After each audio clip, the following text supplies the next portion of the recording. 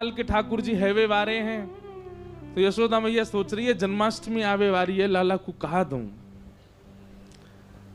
मैया विचार करी रही कि लाला को कहा दूं, ऐसो कहा उपहार दूं कि 1 वर्ष को लाला भयो, लाला खूब प्रसन्न रहे।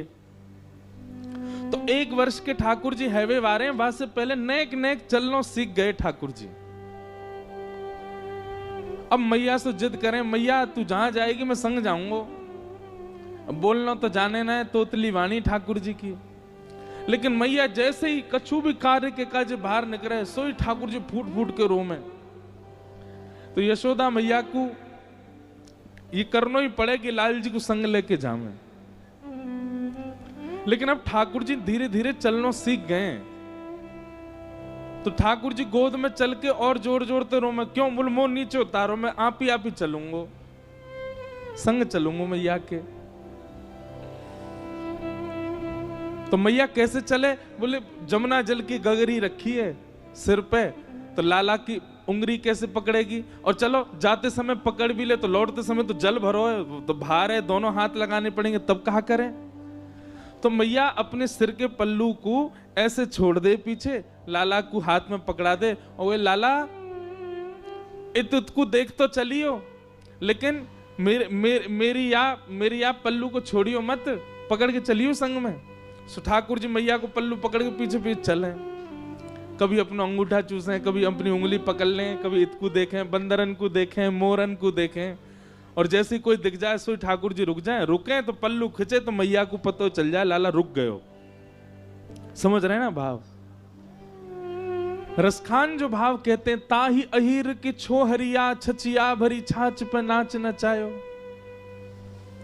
जब यशोदा मैया जाती हैं, सब गोपियां अपने अपने भवन की खिड़की पे बैठ जावे, और वहीं से बैठी बैठी इंतजार करें कब यशोदा जावेगी, और बाकी पीछे पीछे नेक्सस और लाला जावेगो। और ठाकुर जी की वाह रूप माधुरी को दर्शन करें गोपी। वेणु गीत के प्रारंभ में कहती है, अक्षणवताम फलमिदम न परम विदाम। गोपियां कहती हैं, अरे आंख वालों हमारी बात ध्यान से सुनो, ठाकुर जी ने आपको नेत्र दिए, पर इन नेत्रों से आपने सब देख लिया। पहाड़ देख लिए, समुद्र देख ली, नदी देख ली, हरियाली देख ली, वन देख लिए, वंचर जीव देख लिए। हम अपने नेत्रों का सौभाग्य मानते हैं कुछ विशिष्ट देखने के बाद, पर गोपियां कहती हैं आपके नेत्र तब तक सौभाग्यशाली नहीं जब तक आपने श्याम सुंदर को नहीं देखा, जब तक आपने त्रिभंग लली बरहा पीड़म नटवर वपुः कर्णयो कर्णकारम विभ्रदवासः कनक कपिसं वैजयंतीम चमालाम। गोपियां कहती हैं कैसे संतुष्ट, नींद कैसे आ जाती है आप लोगों को, इन नेत्रों से आज तक श्याम सुंदर को नहीं देखा। आपके कान इतने संतुष्ट कैसे हो जाते हैं, आपने कभी कृष्ण का स्वर नहीं सुना, आपका हृदय इतना इतना इतना शीतल कैसे रह सकता है, आपने कभी ठाकुर जी को हृदय से नहीं लगाया। अरे गोपियां तो कहती हैं सर्वांगीण इंद्रियां जो प्राप्त हैं, यदि एक बार भी इन इंद्रियों से श्री कृष्ण आस्वादन नहीं किया तो आपने इंद्रियों का दुरुपयोग किया, इंद्रियों को पाकर के उनका सदुपयोग नहीं कर पाए आप। नन्हे से कन्हैया मैया को पल्लू पकड़ करके और छोटे छोटे चरणन से चल के जावे, और सब गोपी अपने अपने भवन के बाहर से ठाकुर जी को देखें, छुप करके देखें। एक गोपी के मन में भाव आयो, लाला रोज जावे मैया के संग, कैसे या को पकड़ लूं, कैसे या के हाथ अनको ऐसे पकड़ के अपने अंक में भर लूं, कैसे या को गोद में ले जाऊं और कमरा में बंद करके या के रोम रोम को दर्शन कर लूं, कहां करूं, कैसे पकड़ूं या को।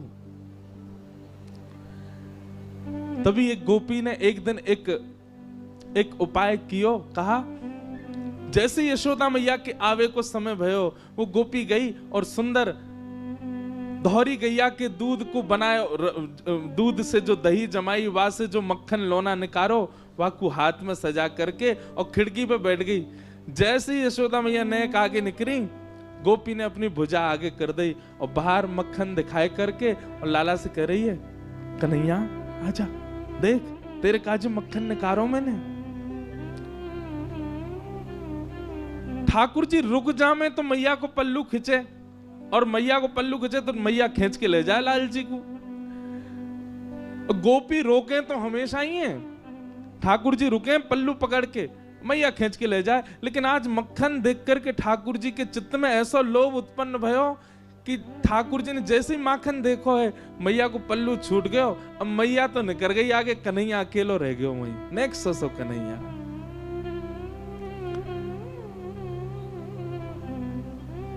गोपी गई दौड़ करके ठाकुर जी को अंक में भर के अपने कक्ष में ले आई, अपने घर में ले आई, भीतर ते चटकनी लगा ली और सामने खड़े कर लिए ठाकुर जी। एक एक रों का दर्शन कर रही है। ठाकुर जी को वाक्य प्रति आकर्षण नहीं, ठाकुर जी ढूंढ रहे मक्खन कहां है। ठाकुर जी रोने लगे, मोह मैया पास जानो है, मेरी मैया चली गई। गोपी कह रही देख मक्खन खिलाऊंगी लाला। सोई ठाकुर जी के रुदन बंद है जाए मक्खन के लोभ से। लाला खाएगो? हाँ खाऊंगो। ऐसे ना खवाऊंगी तो? बोले पहले मुझको हृदय से लगा। ठाकुर जी हृदय से लगा में लोभ दे रही है मक्खन को, और गोपी अपना प्रेम प्रकट कर रही है ठाकुर जी के प्रति। ठाकुर जी हृदय से लग जाएं। अब दे गोपी मक्खन, तुतला के बोले लाल जी। गोपी कह रही है मक्खन खाएगो? बोले हाँ, पहले नाच के दिखा। ठाकुर जी रोने लगे, बोले अच्छा देख देख मक्खन खवाऊंगे, मक्खन खवाऊंगे। हाँ हाँ खवा, पहले नाच के दिखा। सो ठाकुर जी के मोटे मोटे आंसू हैं नेत्रन में, लेकिन ठाकुर जी नृत्य कर रहे हैं। क्यों? मक्खन खानो गोपी को। ठाकुर जी नृत्य करके दिखा रहे हैं। कभी अंक में भर लें, कभी कहें कि लाला अपनो गाल मेरे गाल ते छुपाए थे, ठाकुर जी अपने कोमल गाल छुपाए थे। गोपी बेसुध हो जाती है जो जो ठाकुर जी लीला करते हैं उसके साथ।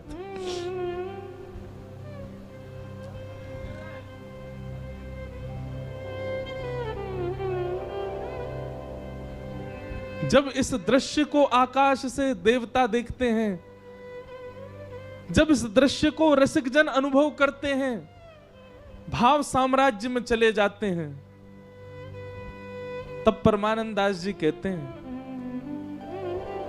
जिन गोपाल कियो वश अपने, जिन गोपाल कियो वश उर्धर श्याम भुजा गोपी, उर्धर श्याम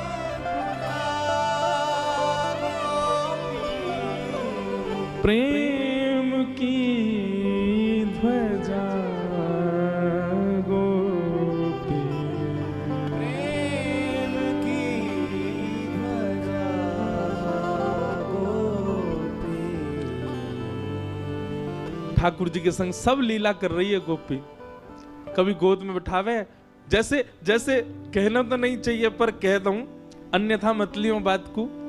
जैसे कोई मदारी वाके पास जो जीव रहे, वो वहां से सब काम करा दे, चल भैया ये कर दे, अब नाच के दिखा दे, अब घूम के दिखा दे, वो चल के दिखा दे। ऐसे वश में हैं गोपीन के ठाकुर जी। सब क्रिया करते हैं ठाकुर जी गोपी के लिए।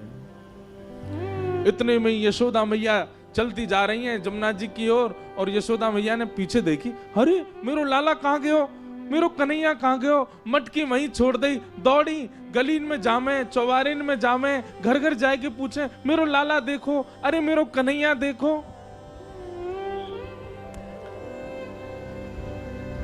बीच गोकुल में जाकर के यशोदा मैया जोर से चिल्ला रही हैं, कन्हैया ओ लाला कहाँ चलो गयो। अब गोपी के घर में नेक्स्ट से ठाकुर जी अपनी पैनी सी आवाज से चिल्ला के, हाँ मैया मैं यहाँ हूं। यशोदा मैया सुन रही, कहां ते आवाज आ रही है। गोपी लाला को पकड़े, लाला चिल्लावे मत, मैया आ जाएगी। मैया देख जा, गोपी ने मुंह को पकड़ लिया है, मार रही है मुंह को, जल्दी आ। मैया दौड़ी दौड़ी गई, जाकर के देखी तो महाराज एक गोपी के घर में, और गोपी गोद में लेकर के एक हाथ में मक्खन लेके लाल जी को लेके खड़ी है। यशोदा मैया को ताम्र वर्ण हो गया। हेरी तो शर्म ना आवे हैं, लाला के लेके चली गई ना मैया, मैं तो बस नेक माखन चखाए रही लाला को, पूछ रही कैसे अपने बालक को चखा,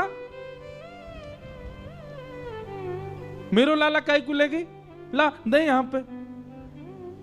ठाकुर जी को लेकर के यशोदा मैया चली गई। अब गोपी अपने भवन से देख रही है यशोदा मैया की ओर, और मैया की गोद में बैठे ठाकुर जी पीछे से वह गोपी को देख रहे हैं। बेसुध हो गई। कितने दिन व्यतीत हो गए उसी चिंतन में, उसी आश्रय में, उसी भाव में। कैसा स्पर्श है, कैसे नेत्र हैं, कैसी प्यारी सी नासिका है, कैसा मुखमंडल है ठाकुर जी का।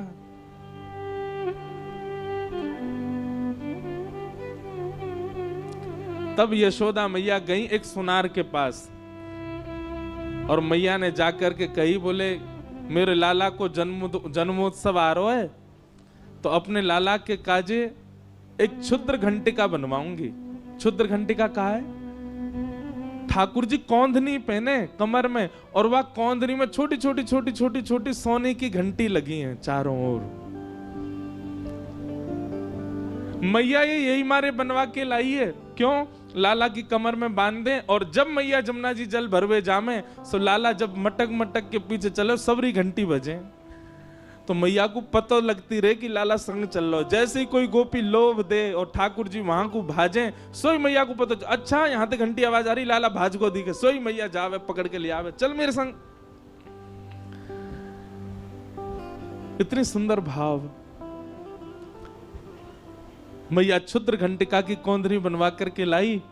लाला को जन्मोत्सव पहले दिन सुबह उठाते ही ठाकुर जी अभी नहाए भी नहाए, ताते जलते मुंह पहुंच दियो बस। और यशोदा मैया ने ठाकुर जी की कमर में कौंधनी पहना दी। ठाकुर जी को इतनी भाई बातें निकरवे वारे स्वर इतने प्रिय लगे ठाकुर जी को। अब तो ठाकुर जी अपने सखान के पास बिल्कुल अधरते जामे, जे बजे नहीं, धीमे धीमे जामे। ओके, ए मधुमंगल, ए सीदामा, इतकुआ देख मैया मुंह को कहलाई। बोले कहलाई लाला, हाथ पकड़ मेरो। दोनों हाथ पकड़ लें, सो ठाकुर जी अपनी कमर हिलाने लगे, जोर जोर से घंटी बजे, और सब ग्वाल बाल के, अरे लाला तेरा तो अंग अंग बजन लगो, तेरा तो अंग अंग ऐसा स्वर निकाले। लेकिन गोपियों को वो क्षुद्र घंटिका ऐसी लगती है मानो जैसे हमारी बैरनी आ गई है कोई, जैसे मानो हमारी कोई सौत आ गई है। ठाकुर जी की कमर में जब ते आई है, अब लाल जी हमारे पास ना आए, हमें क्यों? स्वर आ जाए मैया को, मैया जाके पकड़ ले लाल जी को।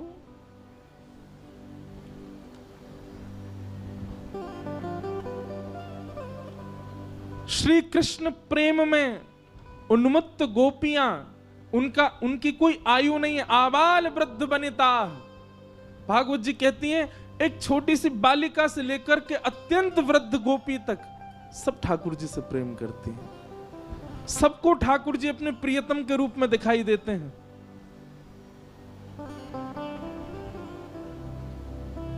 प्रेम।